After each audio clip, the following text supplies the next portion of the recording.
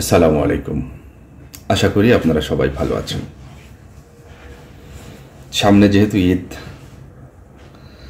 আর এই তো ঈদের ছুটিও শুরু হয়ে যাচ্ছে, সবাই বাসায় যাব। সবাইকে অগ্রিম ঈদের শুভেচ্ছা। ঈদ মানেই আনন্দ, ঈদ মানেই প্রিয়জনের সাথে মিলনের মুহূর্ত। বাবা মা, ভাই বোন, অনেকের স্ত্রী সন্তান গ্রামে থাকেন। ঈদের ছুটিতে যাওয়ার মজা বা আনন্দ এক অভূতপূর্ণ, আমি যেটা মনে করি। বছরের পর বছর আমরা তো এই দিনটা উদযাপন করি এবং আবেগ ও ভালোবাসা নিয়ে, কিন্তু এই আনন্দের যাত্রাপথ কোনোভাবেই যেন দুঃখের রূপ না নেয়, এটা সবসময় আমরা মনে রাখব। সড়কে আমরা যখন চলাফেরা করব, ঈদের সময় তো রাস্তাঘাটে অনেক ভিড় জমে যায়। যিনি গাড়ি চালাবেন তাকে বলবো ধৈর্য ধরে গাড়ি চালান, গতির সীমা মেনে চলুন। চালকদের প্রতি অনুরোধ, ক্লান্ত হয়ে কখনোই গাড়ি চালাবেন না, ফোনে কথা বলবেন না। একটা ভুল সিদ্ধান্ত আপনার জীবনের গতি থামিয়ে দিতে পারে। যারা যাত্রা করবেন তার যাত্রার আগে প্রস্তুতি নেবেন।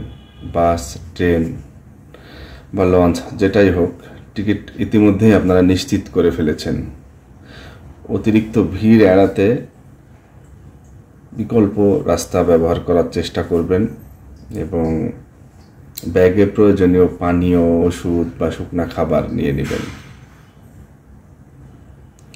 পরিবারের নিরাপত্তা জন্য আমরা ছোট বাচ্চা বা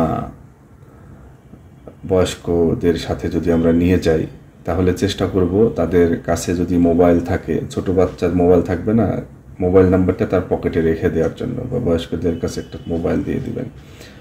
অনেক সময় রাস্তাঘাটে ভিড়ে দেখা যাচ্ছে যে খুঁজে কোথাও চলে গেল আর পাওয়া যাচ্ছে না, মোবাইল নাম্বারটা থাকলে যাতে একজনকে ফোন দেয়।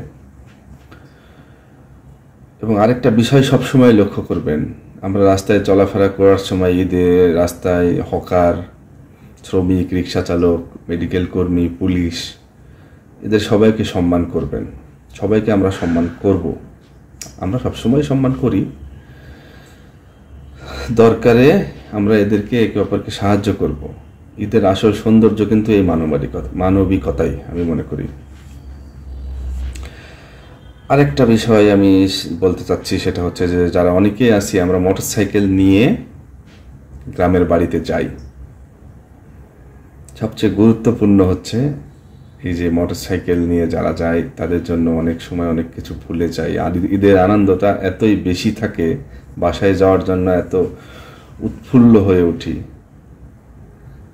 অবশ্যই হেলমেট ব্যবহার করবেন, আপনার সাথে যে যাচ্ছে তাকেও হেলমেট দিবেন। তখন একটা হেলমেট একটা মানুষের জীবন বাঁচাতে পারে। এবং যারা হোন্ডা নিয়ে যাবেন, তার যাওয়ার আগের দিন বা আগে দেখবেন চাকা, ব্রেক, আপনি মোবাইল চেঞ্জ করছেন কিনা, এগুলো ঠিকঠাক আছে কিনা একটু দেখে নেবেন।